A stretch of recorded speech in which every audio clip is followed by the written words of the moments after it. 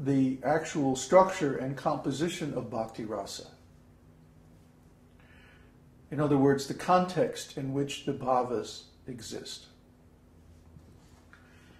And bhakti-rasa is based on Krishna-rati. Rati means an emotional taste, a particular emotional relationship with Krishna. Krishna-rati.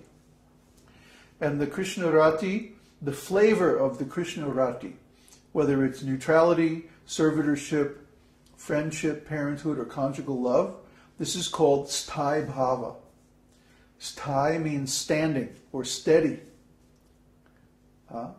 So the steady bhava, the steady emotional taste, actually the eternal emotional taste that's behind a particular devotee's relationship with Krishna is called Sthāyi-bhāva. So this Sthāyi-bhāva, when it becomes very, very tasty, very relishable, like nectar, like a wonderful taste, these are the other bhavas, which are vibhava, anubhava, sattvika bhava, and vyabhichari bhava. Okay, so we're going to go into this, and we're going to examine the relationships of the different bhavas, different types of bhavas, to the Sthāyi-bhāva. And please try to understand this, because this is what's going on in the heart of every devotee. This is what's going on in your heart when you hear and chant the holy name. This is what's going on when you contemplate Krishna through his holy name, and when you try to approach Krishna. Okay? Remember how we talked about vyabhichari bhavas? Vyabhichari means? Moving towards. When we move towards our Sthāyi-bhāva, this is called vyabhichari bhavas. And there's 33 vyabhichari bhavas. We've been going over them little by little. I didn't want to get stuck in a rut, so I thought I would break from that routine, but we'll come back to it. And we'll finish going through all those 33 vyabhichari bhavas. But we have to understand the relationship between vibhava, anubhava, sattvika bhava, and vyabhichari bhava. Because this is the structure of bhakti-rasa. You see? I was talking in an interview the other day that if we want to understand devotional service to Krishna, we have to understand it from the top down. The avaroha panta. Avaroha means descending. You see? In other words, we have to make our fixed point, our point of reference for understanding devotional service at the top, not at the bottom. The bottom means the individual activities of devotional service, such as hearing, chanting, following regulative principles, kirtan, reading shastra, and so forth. Those are the external activities. But if we try to understand the science of devotional service from that external point of view, it will never actually come together into a cohesive view. We'll never actually be able to understand the dynamics of how it works. Just like if you have a car, you may be able to put the key in the ignition and turn it and drive the car. But if anything goes wrong with the car, unless you know what's going on under the hood, you can't fix the car. Just like the other day I saw a car. What was it? It was Mayadasa's car. Remember him in Mexico City? He had this car, and you open up the hood, and there's actually a cover over the engine. And it says, no user serviceable parts inside. I think you could add water or oil, and that was it. Otherwise, you have to be an authorized mechanic. You don't need to know what's in here. Yes, right. This is not the thing you're looking for.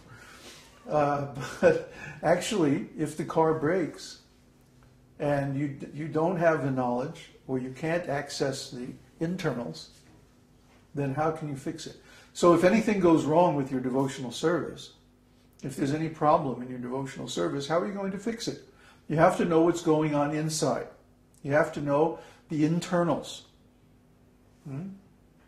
Did you adjust the levels? Okay. How about the picture? Okay.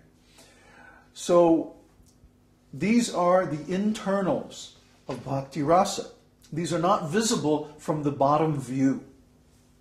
They're not visible from the external view. They're only visible from the top, from the platform of rasa tattva. Rasa tattva means the science of rasa, or relationship with the Supreme. Ecstatic emotion, just like what we're talking about. So if you can understand the anatomy and the function of the different bhavas, the different rasas, and so on, then you can understand not only what's going on in your devotional relationship with Krishna, but what is going on with other people's devotional relationship with Krishna. See? For example, the people in material consciousness. Everybody has an eternal relationship with Krishna. So what about the people who are in material consciousness? What's their relationship with Krishna? Well, their relationship is called a perverted mellow, or rasa-abhasa. Rasa-abhasa. Rasa-abhasa means a dim reflection. A dim reflection that also has the idea of distortion.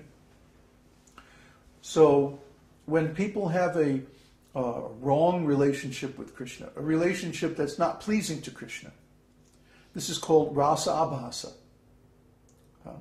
But shuddha rasa means a direct relationship that's pleasing with Krishna. So we should all try to convert our relationship from rasa-abhasa to shuddha rasa.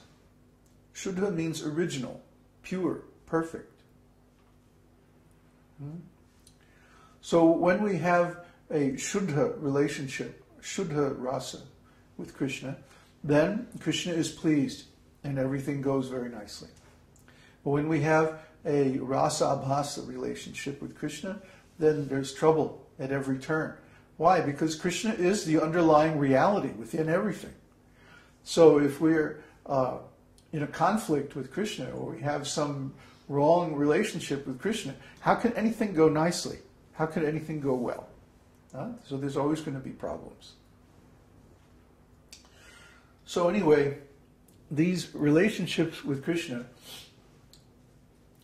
the Sthāyi-bhāva has the elements of vibhava, anubhava, sattvika bhava, and vyabhichari-bhava.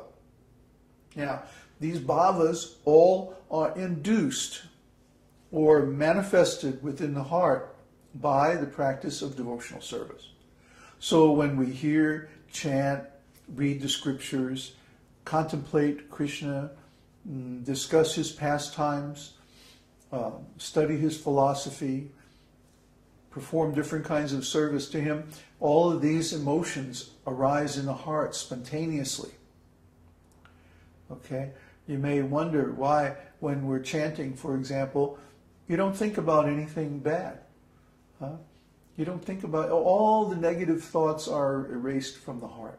Everything is pure and wonderful when you hear a nice kirtan.